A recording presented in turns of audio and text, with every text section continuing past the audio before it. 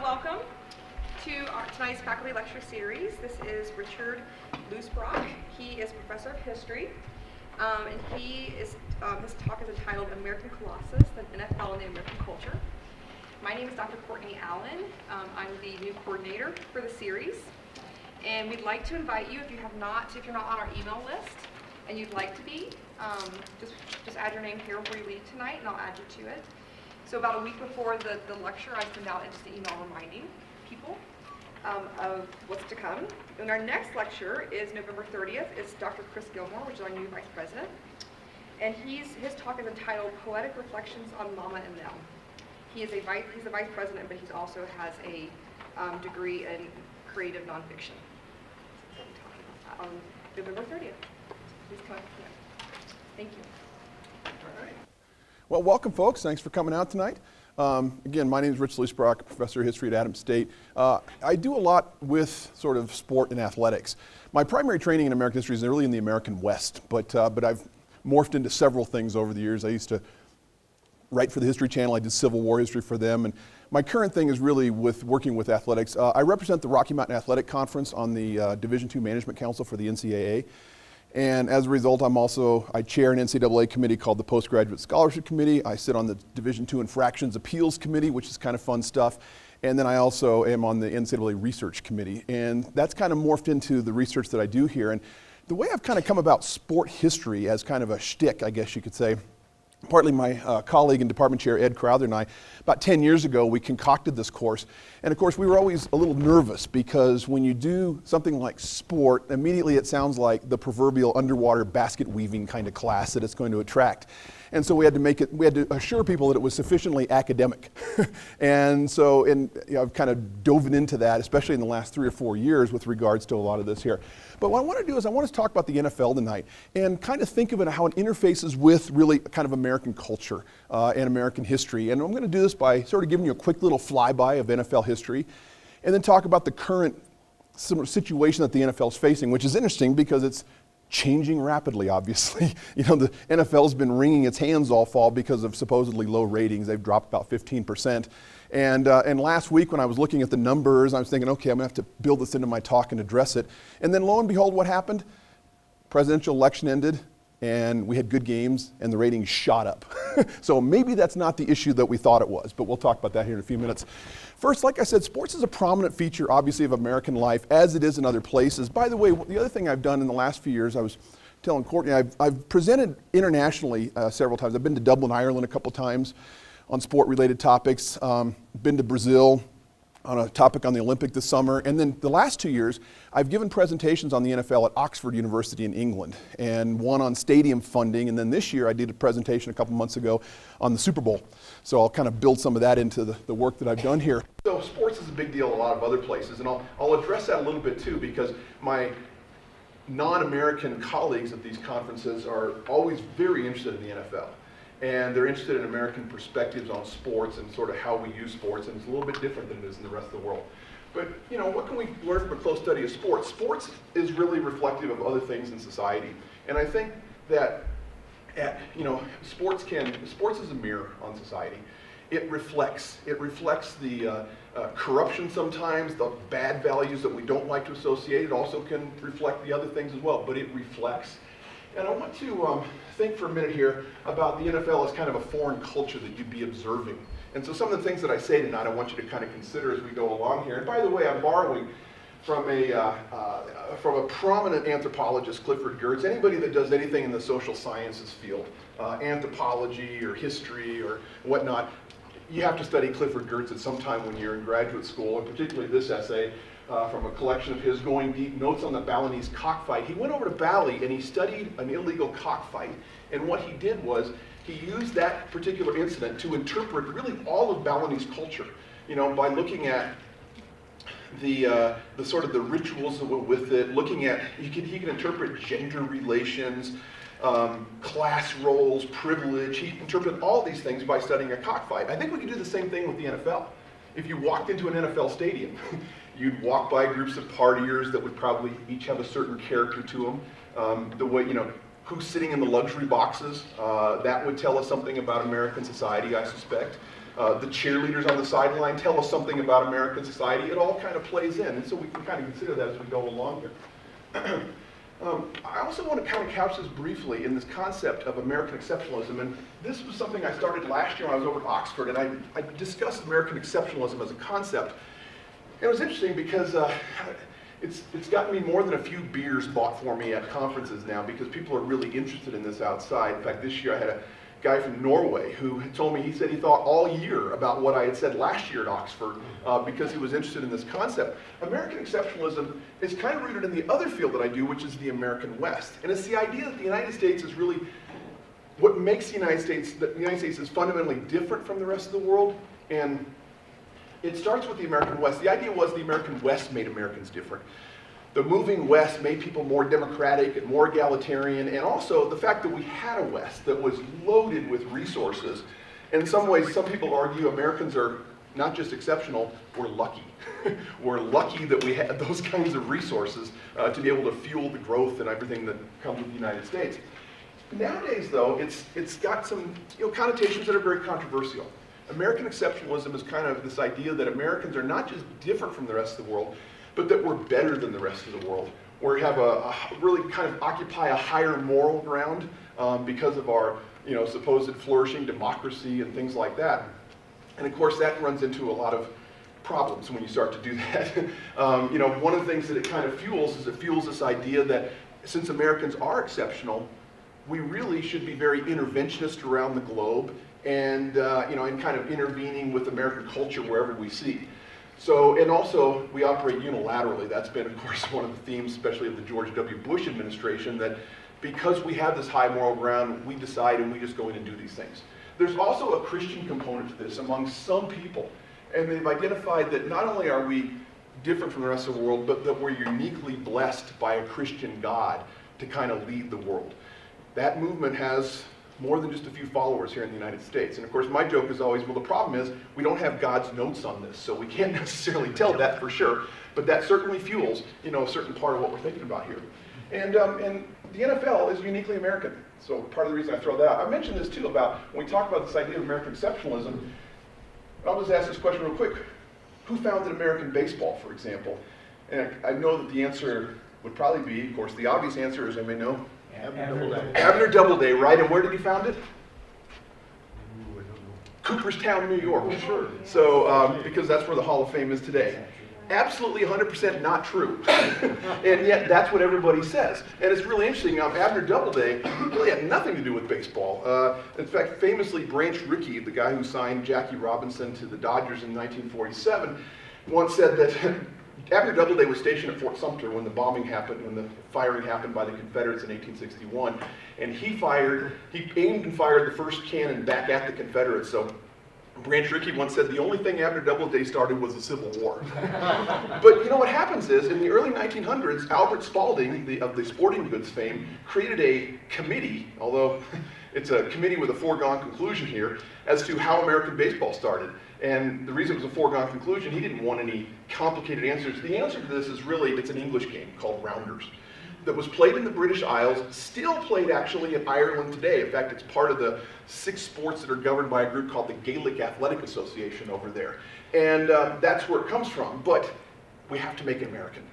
So what we do, we simply lie about it. We make up a story about somebody inventing it here. And by the way, it happens to be Abner Doubleday. Gives them a military tie-in, so they can kind of claim that aspect as well. But it has no foundation in truth whatsoever. But the idea here is we have to make it American, and it has to fuel this idea of American exceptionalism. This was about 1903 when they were, hashing all that stuff out there. So, but the NFL is today, an example of the difference. And when I go over, when I've been in Ireland and I've been in England, and we go to pubs afterwards, I get more questions about the NFL and the NCAA because of my association with them from Europeans. They're really interested in both of those organizations. They actually they really like the NCAA. They wish they had it in a lot of ways over there, and they're fascinated by the NFL. And there's more than a few fans over there as well. When I got off the plane, my son Tim over here, he's with me, and we got off the plane and we were getting our passport stamped at Heathrow back in September. And the guy asked why we were there, and so I told him, going out to Oxford, giving a talk. He said, on what? I told him, turns out the guy's a big NFL fan. The guy stamping passports at Heathrow, he said, I get off work at 5, I go home, my kids have to go to bed early on a Sunday because it's school, and I watch NFL the rest of the night. So it's, it really is a great source of fascination over there. By the way, we're getting ready to have another NFL game in Mexico City, if you notice. I think it's Monday night's game, right? It's going to be down in Mexico City. So the NFL's always trying to brand outside of the United States. Professional football grows largely out of Ivy League football, but really, ultimately, the professional game is founded kind of in the Midwest industrial areas. World War I has a lot to do with the expansion of football, as it does all sports. My current academic project is working on kind of a book on World War I and the development of American sports, and I'm looking at things like the American Legion and the role that it plays, and all kinds of different facets of that. Well, in this, the World War I, one of the things that happens is football was not particularly widespread by that point. But they instituted something called service football in World War I, where every regiment had its own team in places like Fort Sill. For many American men, this was their first exposure to football, and you see an explosion of it afterwards, especially at the high school level, as people kind of take it back to their hometown. It was founded in 1920, but it's going to flounder for a long time. In fact, it will not eclipse college football until the 1960s for overall popularity. I think that's something we kind of forget about today. The thing that they did is they got together after World War II, or after World War I, sat down. They, of course, recruited Jim Thorpe, one of the great sports heroes of all time, arguably the greatest athlete who's ever lived, if you've ever read about him much. And you see these teams here. And one thing you notice about, they have distinctively, again, a Midwest character and Northeast character, and also an industrial character. These are mostly kind of industrial cities of sort of the heartland there. There's the 1931 Green Bay Packers, gives you some idea what these teams look like. This was, actually, I think this is about the time Brett Favre started announcing his retirement, I believe. Actually, it was part of that team. The NFL is rooted in what we call Catholic immigrant culture. And this is kind of a way to think about the NFL a little bit differently, too.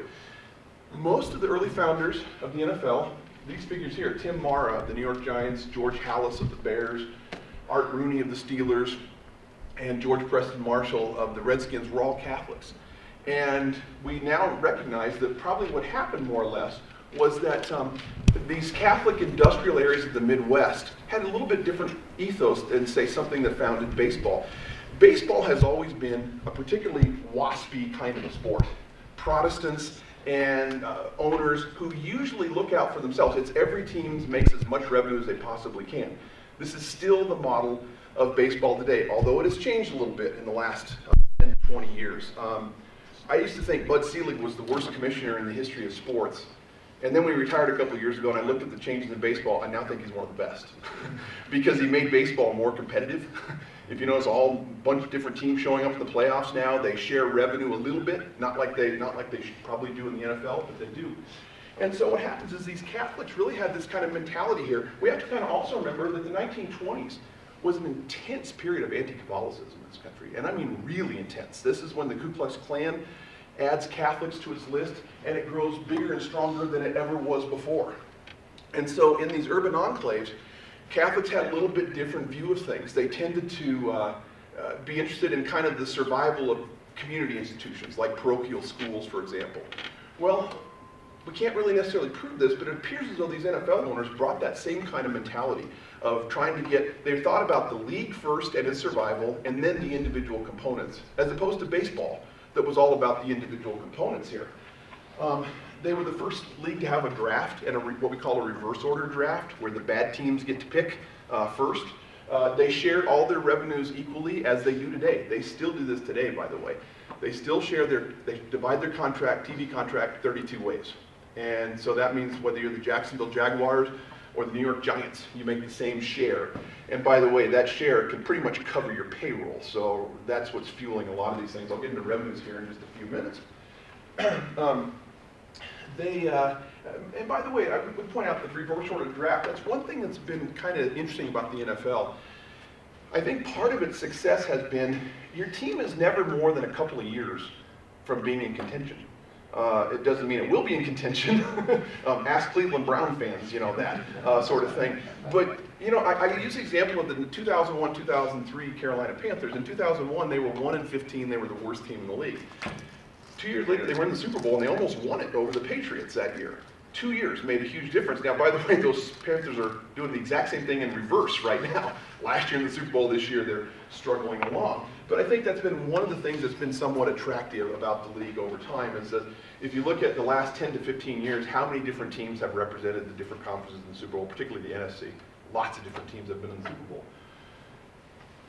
The NFL is going to be a backwater for really a long time, but in the 1930s, and let me tell you too, early NFL, 1930s, 20s, 30s, and 40s, was really considered kind of a thug game. It was largely these urban areas, again, kind of Catholic urban working class areas, not exactly the height of respectability in the America of that day. They were also considered kind of shady, it was almost like gangish, kind of thuggish, to be associated with pro football. If you were a self-respecting college football player, you got out and you got yourself a good corporate job or something respectable, not stooping to play the pro game. Nowadays we know that's the main aspiration is, of course, to play the pro game. And it wasn't that way for a long time. By the way, in 1933, the owners had one of those very important meetings in which they made some changes to the game that ultimately helped to increase its popularity. One of the things they did was they wanted to increase scoring. If you notice on that one stat down here, 64% of all games resulted in a shutout. 2/3 of all games basically resulted in a shutout. And we can appreciate good defense at times, but let's face it, a game which somebody doesn't score is not considered terribly exciting. So they moved the goalposts up to the front of the end zone. They moved them back later in the 1970s because that creates an obvious hazard for players down in there. But it increased more field goals.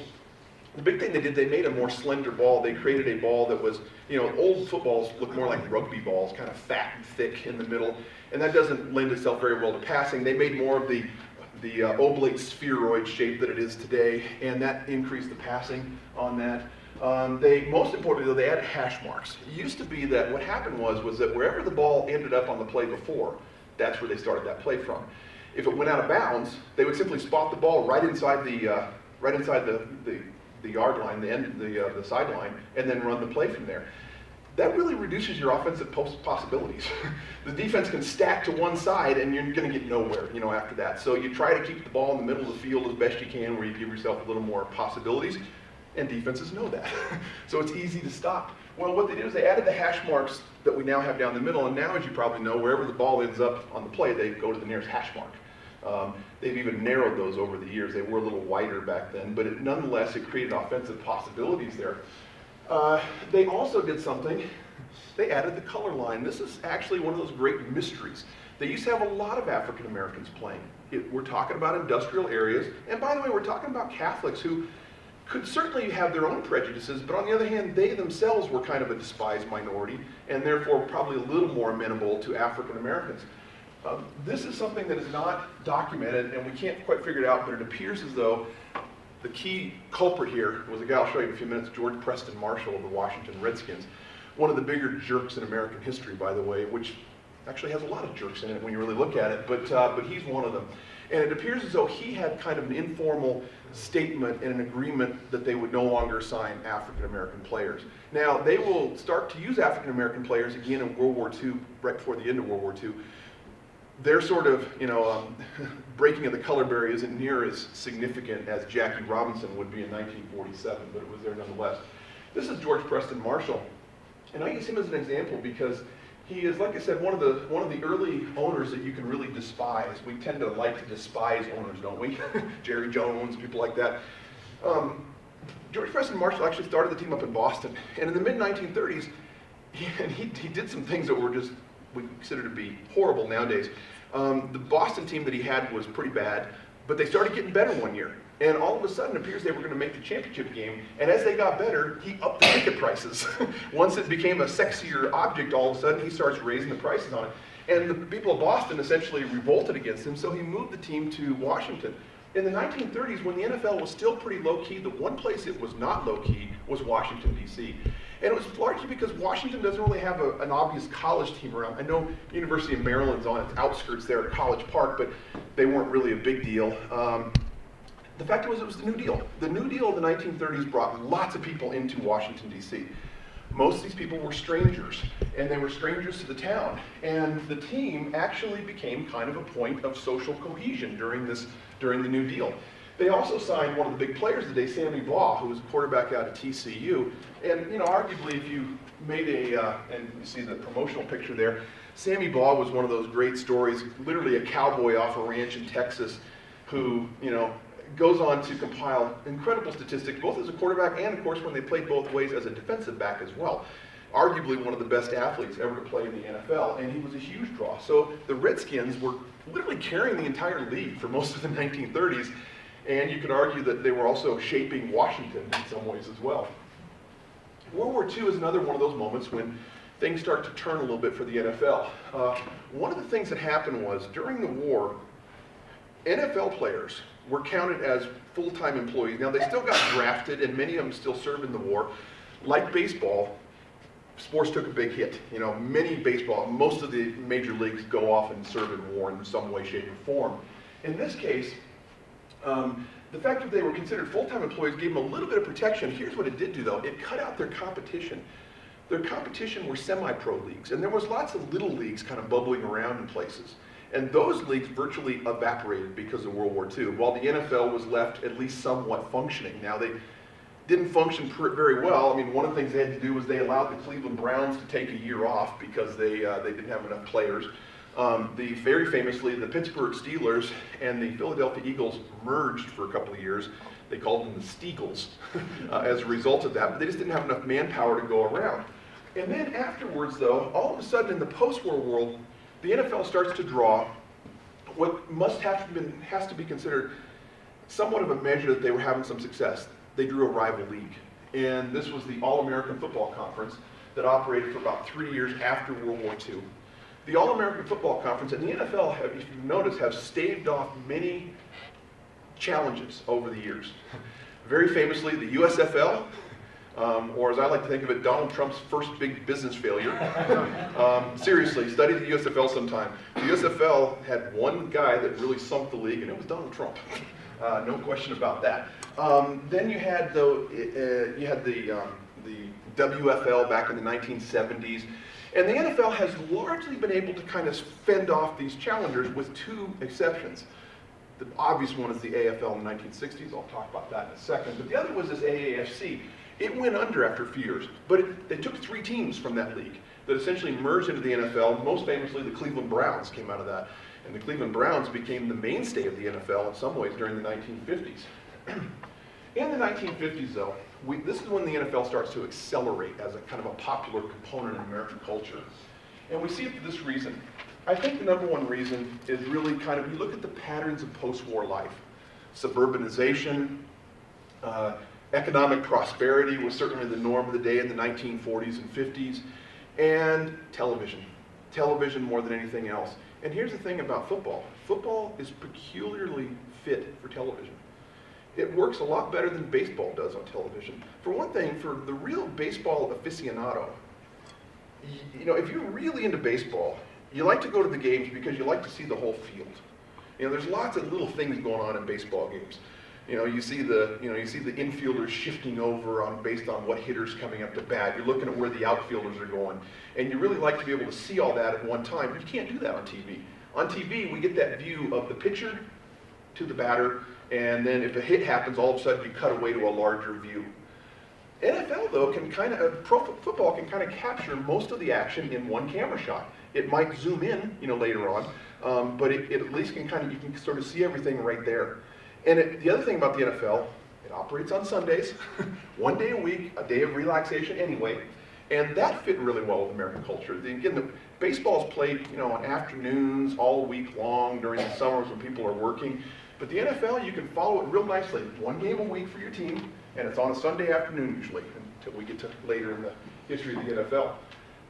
You also start to get these stars coming along. These are, again, big figures in the 1950s. No one more than Jim Brown, by the way. And most people consider him the greatest NFL player ever for obvious reasons, I think. But these other ones, Frank Gifford, Johnny Unitas, Otto Graham. Otto Graham was one of the most successful quarterbacks ever. He literally almost played in the championship game almost every year of his career. Pretty remarkable for the Cleveland Browns. And then a couple other things. One is that championship game in 1958. That's a big moment. Happens on New Year's Eve, 1958. It featured the two best teams of the time, the Colts and the Giants. And by the way, the Colts and the Giants were loaded with some of these stars here. Frank Gifford for the Giants, Johnny Unitas for the Colts. And it went into overtime. And they played what was called sudden death, where the first team scores wins. That ended up being the Baltimore Colts.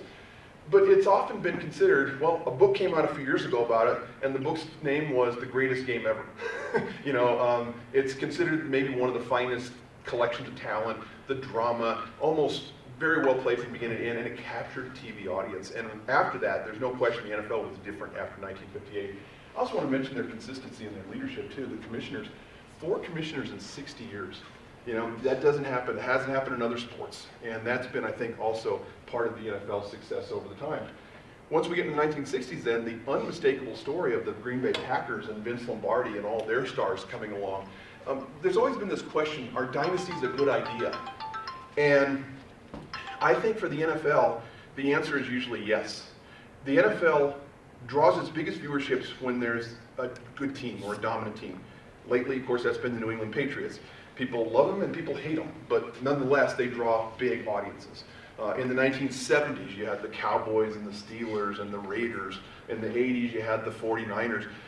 It usually works nicely when it happens. Of course, in the 60s, it was the Green Bay Packers. The AFL then comes along. The American Football League started to recognize that there was being an unmet sort of need there, an unmet demand for football. And in 1960, you get this rival league coming along, the AFL. Part of the reason you get this rival league has to do with the fact that NFL owners were rejecting expansion offers. And people were wanting to buy into the NFL. The NFL was trying to keep their product where it was. And bear in mind what that product was. That product was almost entirely in the Midwest and the Northeast, with 2 exceptions. San Francisco 49ers, Los Angeles Rams out on the West Coast. Those came right after World War II. But it wasn't anywhere else. I mean, the farthest, outside of the 2 California teams, the farthest south and west was St. Louis.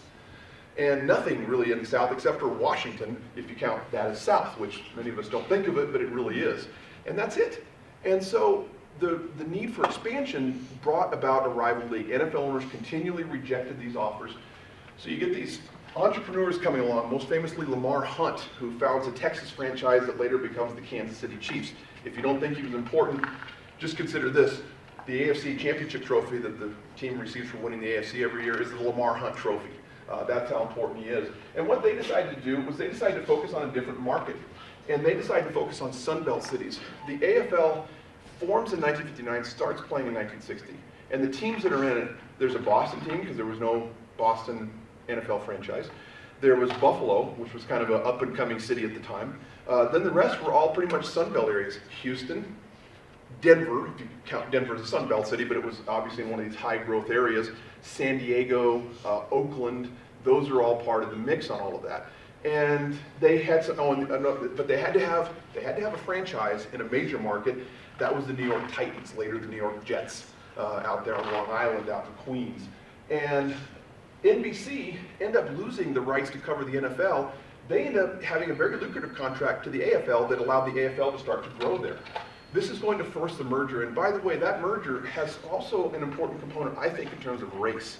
The AFL had no compunctions with signing African American players. And in fact, many of the early AFL stars were African American. The NFL had African Americans as well, but it was almost like a little bit of a glass ceiling for African Americans in terms of numbers, and there wasn't that for the AFL. And I think when they merged together, the AFL is going to bring a greater sense of racial egalitarianism to the league here.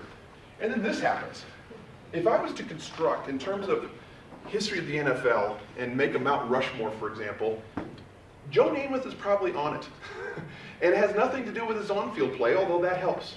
It has to do with the fact that he's the primary player coming out of the 1964 season and the 65 draft, and coming out of University of Alabama. He'd been a very good quarterback down in Alabama, but he signed with the AFL. The AFL was definitely considered kind of a backwater. If you couldn't get with an NFL team, you then might take an offer from an AFL team. And Joe Namath changed that completely. Signs a big lucrative contract. By the way, at the time, I think it was something like a 4-year, $700,000 contract, which, is a lot of money back in the 1960s, but of course that's like chump change. I think Peyton Manning could shake that out of his couch nowadays, something like that. It's still quite a bit though. But you know what he did also brought? He brought an appeal to the NFL. He brought a sex appeal. There was criticisms about when it took Namath a while to make the Pro Football Hall of Fame. In part, his stats aren't very good. He didn't have a high completion rate. Didn't have a great winning percentage. In fact, he might have had, I think he had a losing record as a starting quarterback. He had a lot of interceptions, the touchdowns, all those things we kind of measure greatness on. But to me, throw out the stats. This is what makes him great. He immediately elevated the AFL. And of course, then he goes on to become the first quarterback an AFL victory over the NFL in the Super Bowl, in Super Bowl III. And all those things combined, his appearance in New York was really significant. And again, it has nothing to do with what happens on the field. It has to do with advertising and Broadway Joe and Madison Avenue. And again, he also kind of fits the 60s in this way. He's a sexy character, and he starts making pantyhose ads and all these kinds of things and pairing with and he led this glamorous nightlife. And he brought all that kind of stuff that helps to elevate the NFL. So I think he's really important in that way. The other thing that happens in the 1960s is this guy comes along. Roone Arledge, another one that when I do my American sports history class, I end up talking about people that have never set foot on a court of any kind or done anything, but they have a huge impact, and Roone Arledge is one of those. Roone Arledge, in fact, not only should he be on sort of a sports Mount Rushmore, he should probably be on an American media, Mount Rushmore. He's that important. He is the head of the sports division at ABC Sports, and much of what we consume today in terms of sports is really essentially has the imprint of Roone Arledge on it. Roone Arledge, for example, starts Wide World of Sports. Wide World of Sports back in the 60s and 70s was a way many people get acculturated to sports, and not only to big sports, but to sports that we never even thought we knew before, like jumping barrels on skates, or diving off cliffs in Acapulco, or these kinds of things. And you know what? It was a wildly popular program that went on for years and years, and it gave us so many things over time. I like to tell this to my sports history class also. One that it gave us was Evel Knievel. Evel Knievel was the product of ABC's Wide World of Sports. And of course, nowadays he's a little bit distant for the millennial generation, but I always said, look, when I was going to school, I think every kid had an Evel Knievel lunchbox or something like that back in the early 1970s. His ridiculous attempt to try to go across the Snake River Canyon, whatever that thing, rocket ship that he was riding in, was one of the most watched events of the 1970s. It was huge at the time that it came on. But Roone Arledge, though, takes over the contract, and one of the things that he starts to do is innovate in terms of the broadcast, using higher quality slow motion replays, different camera angles, all of these kinds of things come in as well. There's one more factor that I don't have on here that's also worthy of mention. In the early 1960s, a father-son put together an outfit, NFL Films, the Sables. And they're an independent company, and they decide they're going to start filming NFL games and then figuring out ways to make money off that. They're so successful that within a few years, the NFL buys them out and makes them part of the NFL. And NFL Films, I just reviewed a book that came out last year on it for a British sport journal. Fascinating story. They have a lot to do with the way we see the game. The slow motion ball rotating, the hard hits. They kind of glorify things that we're not always comfortable with nowadays, but they also, those highlight packages, the bloopers packages, were something that also brought a lot of attention to the NFL. But Roone Arledge also creates NFL Monday Night Football in 1970. And at the time, everybody said he was crazy. This would never work. Nobody wants to watch football on a Monday night. Well, guess what?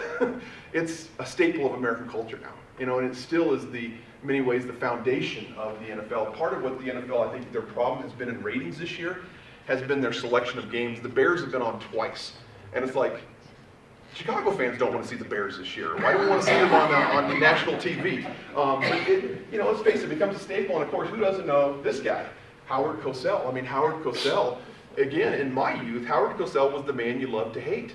And regardless, though, you tuned in to watch him, didn't you? Sometimes you tuned in just to listen to him, just to listen to him, intellectually banter or bully Dandy Don Meredith, and then Dandy Don Meredith, the other color guy in the booth, coming back with something. I mean, he really is, and he's definitely the creation, really largely, of Monday Night Football. But he's an icon for that era. You can't think about a huge icon, Muhammad Ali, without talking about Howard Cosell and the relationships that they had. after 1970, when the two leagues merged, the AFL merges in with the NFL. The NFL, again, goes in this huge period of expansion in terms of its revenues and all. It has almost done nothing but go up since that time. If you look at viewership and revenues and everything, it has continued to go over the time. I love this stat. Of the top 20 most watched programs of all time, 19 are Super Bowls. The top 8 most watched programs in television history are the last 8 Super Bowls. And usually, each Super Bowl eclipses the last one, not entirely. There was that game a few years ago with the Ravens and the 49ers. There was a little bit of a dip in there. It helps if either Tom Brady or Peyton Manning is quarterbacking in the Super Bowl, let's put it that way. But nonetheless, it has been this kind of continual expansion. By the way, the only exception, I think people know, what's the only one that's not the only non-Super Bowl show? The Democratic MASH. Nope. The last episode of MASH in 1983. Oh. Yeah, it comes in at like number 8, I think, on the list. And by the way, the last episode of Cheers, I think, used to be on that list low down. It's been bumped off now by Super Bowls. So very telling here. The Super Bowl is, I'll just kind of flip through some of these, of course, starts in 1967. I think it's become a huge anchor. It's been one of those things that has drawn more and more fans in over time.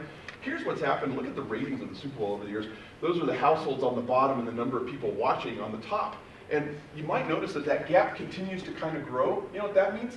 Super Bowl parties have become much more common. I actually, my presentation at Oxford this last year was called America's Midwinter Holiday. And looking at the Super Bowl as kind of a secular American holiday, in the middle. I mean, it comes at a time now, early February, it used to be late January, that, let's face it, there's not much else going on in that time period. Not to diss on President's Day or Martin Luther King Day, but it's the Super Bowl. And I can tell you, I got students who, especially last year when Denver was in it, kids come up, I probably won't be in class on Monday because I'm going home to my family, this, it was it's like a religious holiday. They got to go watch it with their family, and all, and they wouldn't be in class the next day. So, but the Super Bowl has also been one that shows NFL innovation over time. I always like to point this out.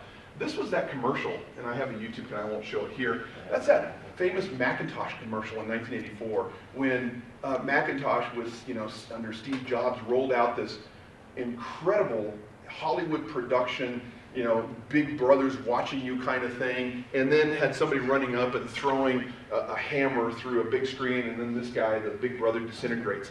And that's why Macintosh is going to be why 1984 won't be like 1984, the book. Tremendous. It completely changed everything about the Super Bowl advertising. That's when Super Bowl ads become a big deal. By the way, it led to a very successful launch for Macintosh. It basically paid for itself. And then the ad revenues or ad rates start to skyrocket after that time. The other thing they started doing in about 1993, they started adding a good halftime show with Michael Jackson and others. And of course, we now know that this has become the big deal. This was a slightly younger version of the Rolling Stones. One year, I can't remember when they played. I think they played in early 2000s. That was the other one was Bono and U2, and of course that was right after 9/11, the Super Bowl that was down in New Orleans between the Patriots and the Rams. And of course U2 does what they do so well, which is they create drama. And as they were singing, they rolled by the names of every victim from a few months before from the 9/11 attacks. And so the Super Bowl halftime show has become an issue. I brought this up in England, by the way. And everybody in England, all the English guys were nodding their heads because it was a big deal last summer when Adele announced she wasn't going to do the Super Bowl. That was a story for a couple of days in England, Adele announcing she wasn't going to be doing the Super Bowl. So even this halftime show has become a deal. I want to kind of leave you with a couple of things here, Super Bowl parties. I want to talk about the current NFL and then leave it a little time for question and answer on all this. NFL revenues for 2016 are projected to be $13.6 billion. Billion dollars. Now, look at what it was in 2010. It was $8.5 billion. The NFL is almost an unstoppable machine. It's really tough to do anything. And Roger Goodell wants the revenues to expand to $25 billion by like the year 2027. He wants to make it that big of a deal. And we consider this to be a good thing or a bad thing in a lot of ways. This is one of those probably distorts a lot in our society today. But in fact, 2014 is very instructive, I think. I think 2014 was a bad year for the NFL. That was the year that the Ray Rice incident broke. That was the year the Adrian Peterson incident broke, where he had abused his son. Ray Rice, of course, the video had appeared that he had knocked his girlfriend unconscious in an elevator, and it was caught on a casino, I believe it was in New Jersey, a casino in Atlantic City. It was caught on one of these casino, video within the hotel, and it's just unmistakably disturbing to watch. That was also the end of the year, you had Deflategate with the Patriots, with them deflating balls or supposedly in the, well, funny ad. Tom Brady's come up with a funny ad on that today. The NFL, the Patriots had tampered with the balls, and that became, of course, a drama. And by the way, did that hurt the NFL? No, it meant that we were talking about the NFL all year long. I mean, we were talking about it in May and in June as it's playing out in the courts. The NFL has even become a deal when it's not in season. Watch ESPN sometime. When you get to about March or April, it's going to be the draft. They talk about the draft over the NBA and baseball starting. It'll be the draft. And with Deflategate, it was the same thing. Despite the fact that they had such a bad year, their revenues still increased significantly, and viewership still increased as well. So, do we have any cracks in the foundation of the NFL? If it is a reflection of culture, and we do know that the ratings were down this year, by the way. Let's take a look at that for a second here. Ratings were down about 14%, mostly for the larger games, especially the Monday night and Sunday night and Thursday night games. And this led to a lot of sort of hand-wringing. In fact, Goodell was immediately, last month, they were convening sort of a group to kind of look at what was causing the downturn in NFL ratings. And as it turns out, I think that was a little bit premature. First of all, they had a lot of bad games. I mentioned the Bears. The Bears, in the first few weeks of the season, the Bears were on primetime 3 times, and they're one of the worst teams in the league. The Patriots were on once, and the Broncos were on twice during that time. The teams that people really do want to see on these things. The other thing was you had a lack of stars, particularly the 2 big ones, and there's 2 above all others, and that's Tom Brady and Peyton Manning. Peyton Manning, of course, retired, and Tom Brady was on suspension for the first 4 games because of the Deflategate suspension. And that was, I think, also something that was diminishing things. The presidential election, I do believe, was the single most important factor. And now that the election is over, the NFL ratings are back. This has been such a unique and stressful election year. It's been so contentious. And I think it has captivated the American public in a way that previous elections have not. And I think that now with that done, all of a sudden they came right back up once that election was done. Some have said the weather. The weather's been unusually warm all around the country. We've seen it here. In my years, I got here in 2000 in Alamosa, this has been the warmest fall I've ever seen. We haven't had any snow yet. We've hardly had any moisture. We haven't had many freezing nights, have we? I mean, it's been that warm here. And that's been true elsewhere. I was in Indianapolis at the NCAA a couple weeks ago. I was there in, October 20th. It was 82 degrees in Indianapolis, and it's been that way everywhere. And then also these scandals. Now, let me talk about these because these are a direct kind of connection to our culture here. A lot of people have been blaming these factors on the NFL having a little bit of a downturn. One is Colin Kaepernick, protesting by sitting for the national anthem, and he's protesting treatment of African Americans in society, and that has led to a real backlash, mostly against Kaepernick, but others have kind of joined in as well. I personally, in the work I've kind of looked at on this, I don't believe that's been much of a factor. I don't think the people that don't like Kaepernick are tuning out of the NFL because they don't like Kaepernick. I think they're just tuning out of Kaepernick. These other ones are a little bit bigger. Domestic violence. The NFL fan base is now 45% female. And it is clear that women are a little upset with some of the behaviors, particularly of Roger Goodell. Again, take a look. Ray Rice knocked his girlfriend unconscious, and he received a 2-game suspension. And the NFL claimed later they didn't see the tape, they didn't know about it, even though the tape had been mailed to NFL offices. Then, and then Tom Brady gets 4 games for possibly knowing about, more than likely knowing, that was the language of the suspension, about deflated balls in the game against the Colts a couple of years ago. And then this year you have the Josh Brown case, kicker for the New York Giants, who was given, who abused his wife, physically abused his wife, was given a 1-game suspension. Ray Rice gets 2 games, Josh Brown gets 1 game, and by the way, Josh Brown they think has at least 30 to 40 incidences of abusing his wife. And the NFL said again they didn't know about it, even though the people out in Seattle said this was all, this was well known. That was where the abuse happened. And then again, Brady gets, so in other words, if you're looking at priorities here, the priorities are not safety of women. The priorities are about, maybe bringing the Patriots down a notch or punishing, those kinds of violations within the game. That is much more important, it appears, based on those things. The last one here is stadium funding. Many of the stadiums, and if you notice, almost every NFL team in the last 20 years has gotten a new stadium. There's almost no stadiums that date back to before the mid-1990s, except for like the Kansas City Chiefs. The Bears stadium, they had a heavy renovation in the early 2000s. And much of that stadium funding has been publicly, through taxation and all. Now, they've also been noticed, you might notice they were dealt a big setback of this. The San Diego Chargers lost badly on a ballot measure out there to keep them in town by building them a new stadium. They have one of the worst stadiums. They do have one of the old ones, Qualcomm Stadium in San Diego. And they needed to get a 2/3 majority on the ballot measure to be able to fund their stadium.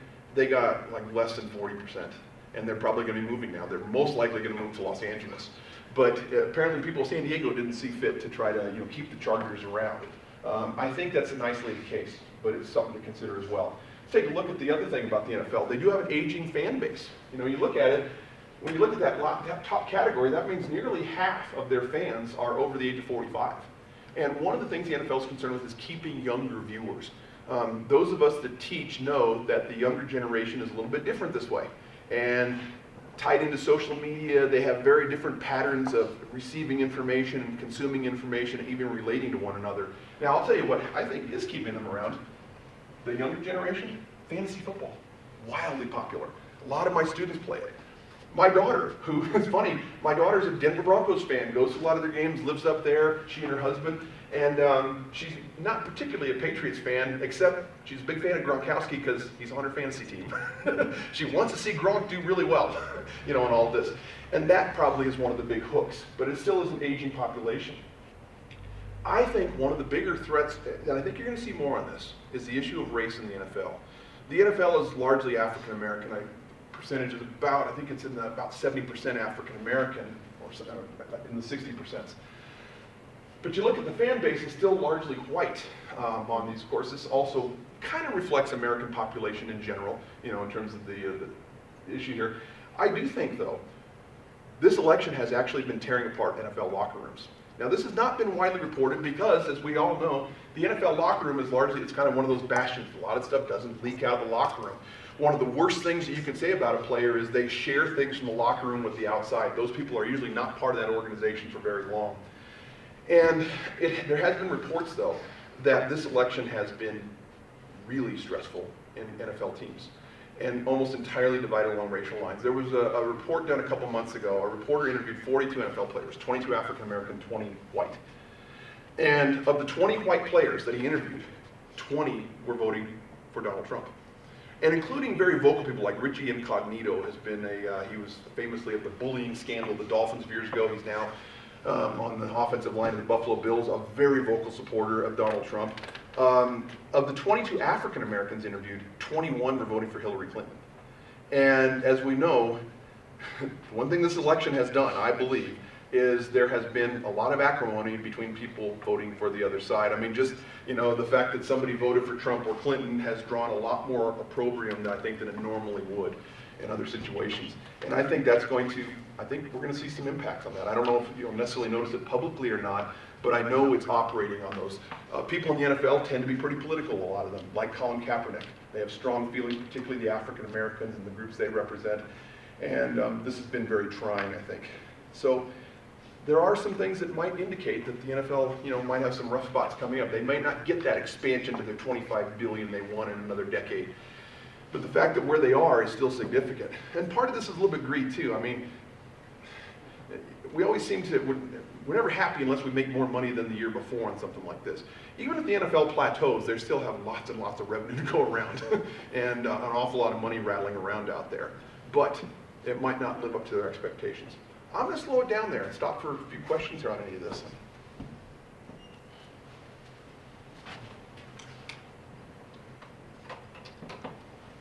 Yeah. Well, how has the celebrity of people like Namath and other quarterbacks, how has that affected the NFL? I think it's been key to the NFL. Part of what happens is, you got to go back to the 1920s. 1920s is considered the golden age of sports. And part of what happens in the 1920s is the 1920s has what I like to call a redefinition of the public sphere. if you look pre-1920s, most of the public figures were people who were either businessmen or politicians at any given time. But when I say 1920s, tell me what names come to your mind. Babe Ruth. Babe Ruth, obvious one, right? Maybe the greatest sports hero ever, you know. Any other names?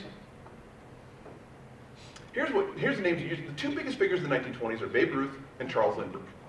But we could also toss in other names. Rudolph Valentino, Greta Garbo, Red Grange, football player, sports figures like Bill Tilden in tennis, for example, or Bobby Jones in golf. We could go on naming all these people. You know what they all have in common? They're not politicians or economists. Nobody said, oh, Warren G. Harding. That name didn't come to anybody's mind right off your bat, did it? For good reason. Or Calvin Coolidge, yeah, he's not exactly, you know, he's president in the 1920s, but he's not near as popular as a lot of other people. The redefinition of the public sphere, though, has something to do with also what we call the star system. Hollywood uses it and sports uses it. And it's the idea that you cultivate a few personalities as a way to kind of project and kind of carry and help you to market. And we see that especially in baseball with Babe Ruth. Now, make no mistakes about it, Babe Ruth is a colossal talent. It's unbelievable what Babe Ruth does. He's one of the greatest pitchers of his era and he's the greatest hitter ever. And it's pretty tough to do that, you know, in one person, but he does. But I like to use Notre Dame as an example. Notre Dame football, which became a major commodity in the 1920s, was, you know, of course, it was headed by Newt Rockne. And one of the things Newt Rockne did was he recognized he had a really good player, George Gipp, early on. And of course, George Gipp was this tremendous athlete who also was one of your first bad boys in sports, who was constantly gambling and drinking and doing all the things that he would now get suspended for. And then he does something at the end of his career, he dies prematurely. He dies before the end of his senior year. And the one thing that Newt Rockne recognized was that he had put a lot of kind of emphasis on Gipp, and Gipp had become a fairly prominent figure in the media. After that, he stops doing that. He makes himself the star of the team, and then he kind of, you know, uses the players, doesn't make them quite as prominent after that. But for the most part, teams find that when they can hitch themselves to a big star, it changes everything. And that's why, you know, look at the way they market quarterbacks nowadays. Look at, well, Broadway Joe would be the best example of that. But over time, they've done this with Joe Montana, and, you know, and obviously the, you know, recent ones like Peyton Manning would be obvious. They try to make sure those become the faces of the league, and they're always putting them out there. Peyton Manning was a great ambassador for the sport. I have a hard time with anybody that hates on Peyton Manning.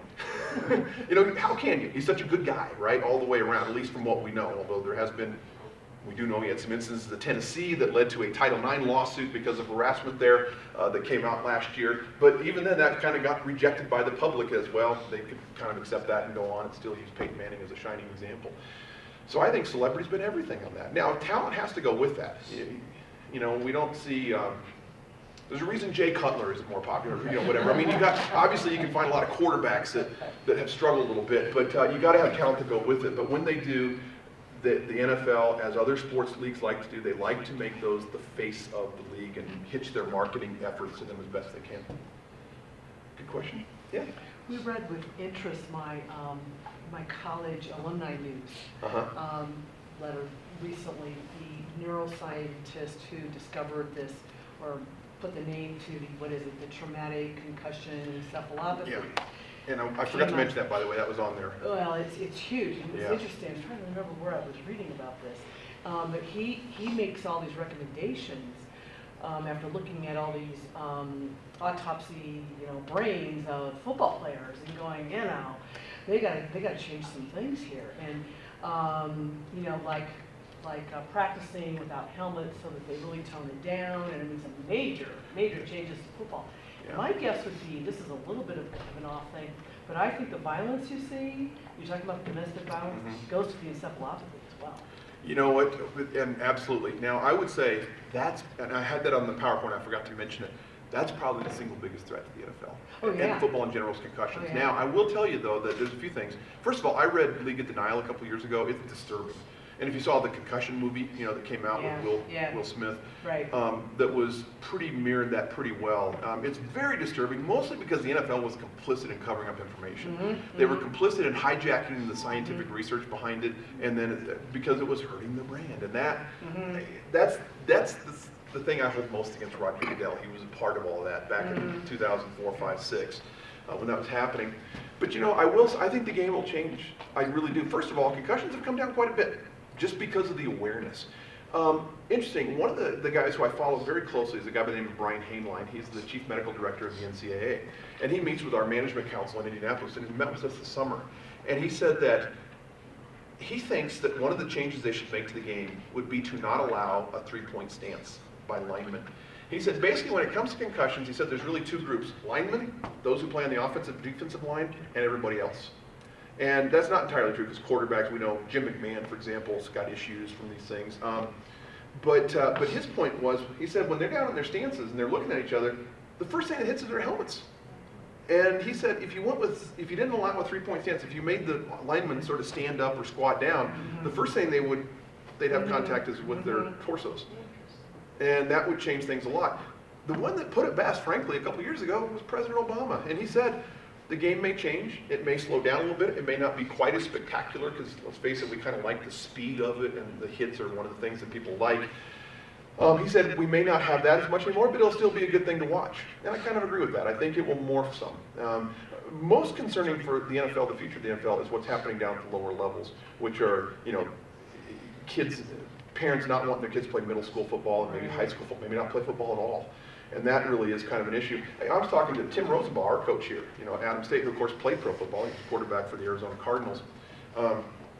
He said, kids don't need to start football soon. He said, I didn't play football until I was in 8th grade, and I really didn't start until I was high school. And I was fine, and he made it to the pros. He said, it's not a good idea for 5th grade, 6th grade, 7th grade to be playing football. Maybe when they get to high school and they're a little more developed, that's fine. And that would probably change things as well. I think you might start seeing some of that. And that may affect the quality of the game overall. You're not going to have these kids growing up, playing football from age 8 on in Pop Warner leagues and stuff. So, yeah. You used to have these crossover people, players doing baseball and football, and you still have them in high school and college, but now they're making the decision to choose one sport, and it tends to be baseball because they make more money in it. Do you see that affecting things? And they probably have a longer career with less injuries. Yes, exactly. I do see that as an issue. By the way, that's one that's really debated nowadays, and it's a big deal with youth sports about getting youth to specialize at a certain age. And I got to say, our daughter was a volleyball player. She got on that track at a pretty young age, but that's because she wanted to. She liked it. We have. Well, the other sports made her run. Yeah, she didn't like that so well. Or she had to have contact with them. She didn't like the contact of basketball. She liked being able to hit somebody across the net. We have nieces who are gymnasts, for example, and they started that track when they were very young. There is this debate over whether you should do that. Most people agree that specialization at an early age is not a good thing.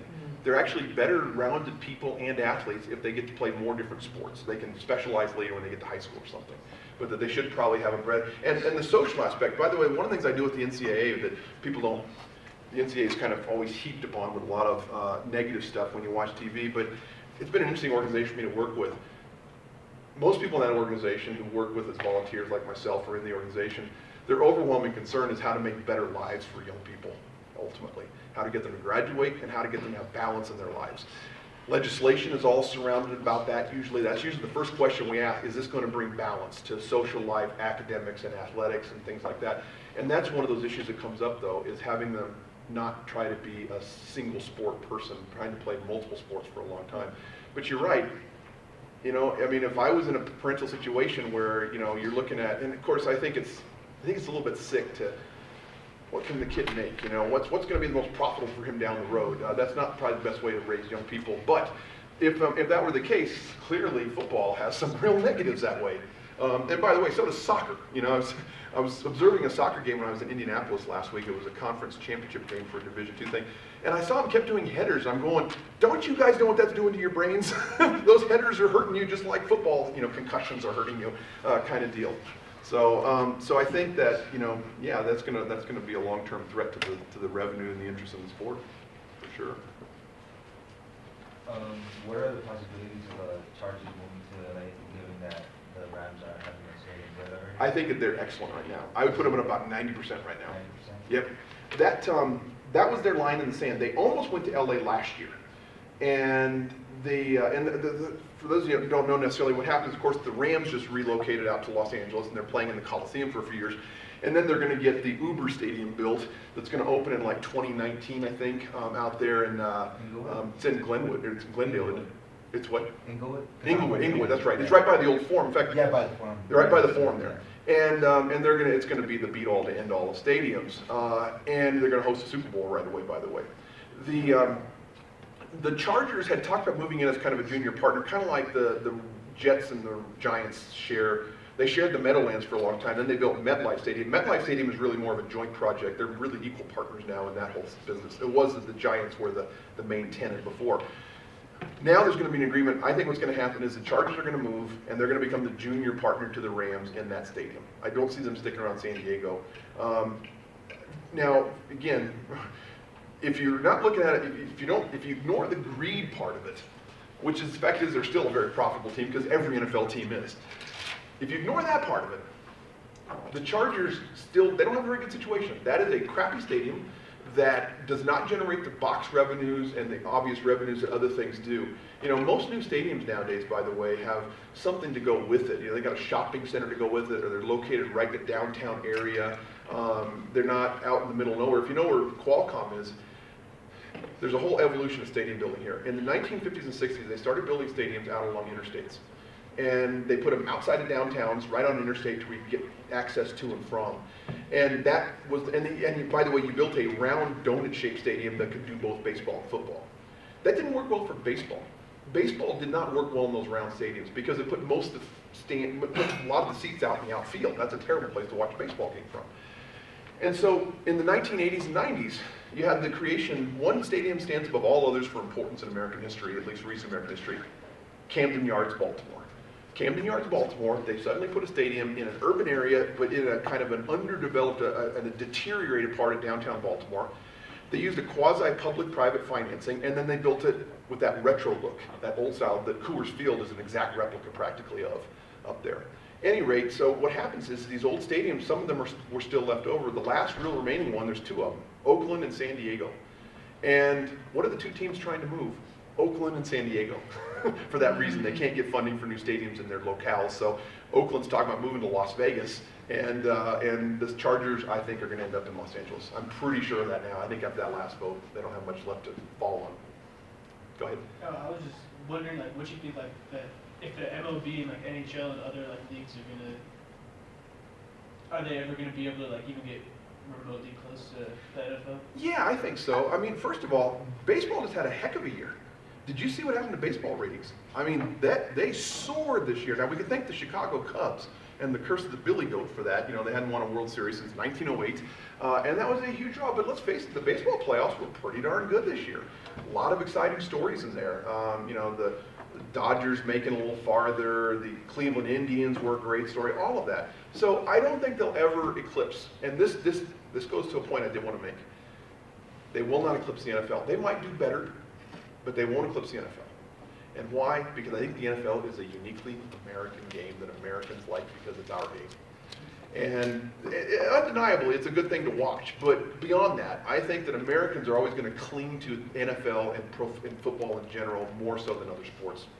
You know, one of the things I found, I know I have a role now when I go to these international conferences and I talk to people. My role is, as an American, I'm going to have to answer the inevitable question, why don't we take up soccer like other countries do? I've been asked that now 3 straight conferences, down in Rio, or down in Vitória, Brazil, and Oxford and Dublin. I got the same question all the time. And basically it was when I was talking about unrelated topics. The thing is, they don't understand why we don't jump into soccer, men's soccer, the way that the rest of the world does. And I have to tell them, largely, I think it's this notion of American exceptionalism. I don't think that Americans simply, there's a part of our population, actually the one that put it best was Sheldon Cooper on Big Bang Theory. You know, did you ever watch The Big Bang Theory? Sheldon Cooper said, I grew up in Texas, and I think the comment is something like this, where football's everywhere. He says football is ubiquitous in Texas. You know, pro football, high school football, college football, pee-wee football, everything's down there except for the real football that they think is a communist plot, meaning soccer, you know, and all that. So unfortunately, and so I've had to answer that question. And they get mad at me when I tell them that, by the way. We're never going to go to soccer, men's soccer, the way the rest of the world does. We might do better at it, although, no. 2 days ago, we lost 4-0 to, who was it? To Costa Rica. Yes, Costa Rica beat the United States 4-0 in a World Cup qualifier. And not good. So The fact is that, like I said, I recognize though Europeans always want us to say, yes, we're going to do soccer in a much bigger way, and the answer is always going to be no. We do women's soccer obviously really well. Our women's soccer are idols, you know, and they're idolized around the world and here as well. Can I like follow up that question? What's that? Like, can I follow up? Yeah. Like, is it because we have the NFL, like, youth, like, sports, the biggest athletes, like, for, like, Spain and stuff, their biggest athletes are, like, 6'5", they're all playing soccer, but over here they're playing football. Yeah. Or basketball. Or Yeah, it's because it's our sport. It's because it's in our culture, and it's because at any level, you know, high school level, whatever it is, it's the biggest thing around when it's on. It eclipses everything else. Everybody else has to schedule around football. The only thing that didn't schedule around football this year was the presidential debates. and you know, but otherwise everything else schedules around football, which is the way that it is. I noticed that, you know, like during the Super Bowl, this is hilarious sometimes. During the Super Bowl, check in to see what ESPN's covering. They're usually doing something like a cheer competition or something like that. They just surrender. You know, if they're not covering it, then obviously it's, you know, that might as well give up and cover something completely, draw a completely different kind of audience in. So, all right, well, any other last questions? I don't want to keep everybody out past their bedtimes. Oh, I'm sorry, Frank. How do you feel about Thursday night football? Do you think it's helping or hurting the NFL? Well, I would say this. If you ask me as a fan, I think it's hurting football. If you ask me as an observer, I say it's helping football. For this reason, it's adding to the revenues. They get a lot of money off those selling the rights to those night games to the NFL net. The NFL Network's paying them that, obviously, but they're also doing those out to the local markets as well. I believe on Fox and CBS, something like that. So here's the thing: it has added to the bottom line significantly. That stat that we showed, the increases since 2010 have been because of Thursday night football in part. Now, having said that, Thursday night stinks for football. It partly is they're doing a terrible job of scheduling games. Jacksonville was playing Tennessee. The Jacksonville Jaguars playing the Tennessee Titans 2 weeks or 3 weeks ago. Nobody should have to watch that game, you know. Not even the spouses should have to watch that game, and it was a terrible game. And they've done that many times. I think who was it last week that played? It was a little bit better, but it hasn't been very compelling football is the problem. But I think it's been the selection of games. But the other thing is that I don't think players play well on Thursday night because they're used to a routine. You know, they're used to playing on Sunday or maybe Monday. They have their, you know, they get their treatments on Monday. They start looking at film. They do some, you know, on-field stuff on Tuesday and Wednesday and Thursday, and then they start to taper off, and then they're ready for the weekend. A Thursday night game really messes that up. And I think if they did a better job of maybe scheduling their bye weeks after, or maybe right before then, it might work out a little bit better. The games would be better, but they just haven't been good games. So from a, like I said, from a fan standpoint, I think it's a bad idea, but I know that it's adding a lot to the NFL revenue. So it won't go away. It won't go away. So I got a question, Rich. How am I going to get Abner Doubleday out of my mind so there's a place there for something worthwhile? You know, it's funny. As a historian, I got to tell you that every once in a while you got to, and I teach the American West. And I always say, as an American Western historian, I have to be the iconoclast. I got to tell everybody it's not like John Wayne movies, and you know, you got to do all that kind of stuff, and it crushes it. People don't like that very well. But when I do that, I do some public talks on the West, and they get really mad when I disparage John Wayne or John Wayne movies or the genre of the Western. So sorry about that, Cole. I can't really help you out because it is. That's the kind of stuff I remember. But you should, you know, there's been some good stuff written about it, and like I said, it was very intentional though that we cannot have this as a foreign game. It's got to be an American game, you know, when they did that, and really interesting story though. So yeah, it is. Oh yeah. Basketball was distinctly started in the U.S., but that's gone global. Mm-hmm. How do you think that has versus football or not? Yeah, good question. By the way, one of my areas of research has been on World War I, and I've been tracking. I've been looking at how World War I accelerates the development of sports. One of my chapters is on James Naismith, who's the inventor of basketball, who, by the way, I happen to be a University of Kansas graduate, and I love this stat. He was the first basketball coach at the University of Kansas. He's the only basketball coach in Kansas history with a losing record. Of course, Kansas has been really good at basketball since then, you know, but at any rate, here's my thing though. In part, it has to do with, it gets in the Olympics. It becomes an Olympic sport. And there is a lot, part of it is, James Naismith worked for the YMCA. That's been a big part of my story on sports in World War I. And in fact, I just spent several days researching at the YMCA archives at the University of Minnesota this summer. And the YMCA is the missionaries of sport. because they believe in a very key concept called muscular Christianity, and it's the idea that Christian people need to project a good physical sense, that they can be better missionizers if they're projecting good physical bodies and good athletic skills. That, you know, the body is the temple, and those who keep the temple are going to be the best ones. So that's how they project Christianity in the night. It's the genesis of most organized sports, by the way. It starts in Britain, leaks over here, and James Naismith is part of that. So anything associated with the YMCA had a sort of missionary quality to it. They took it all kinds of places. Part of my story is a guy by the name of Elwood Brown.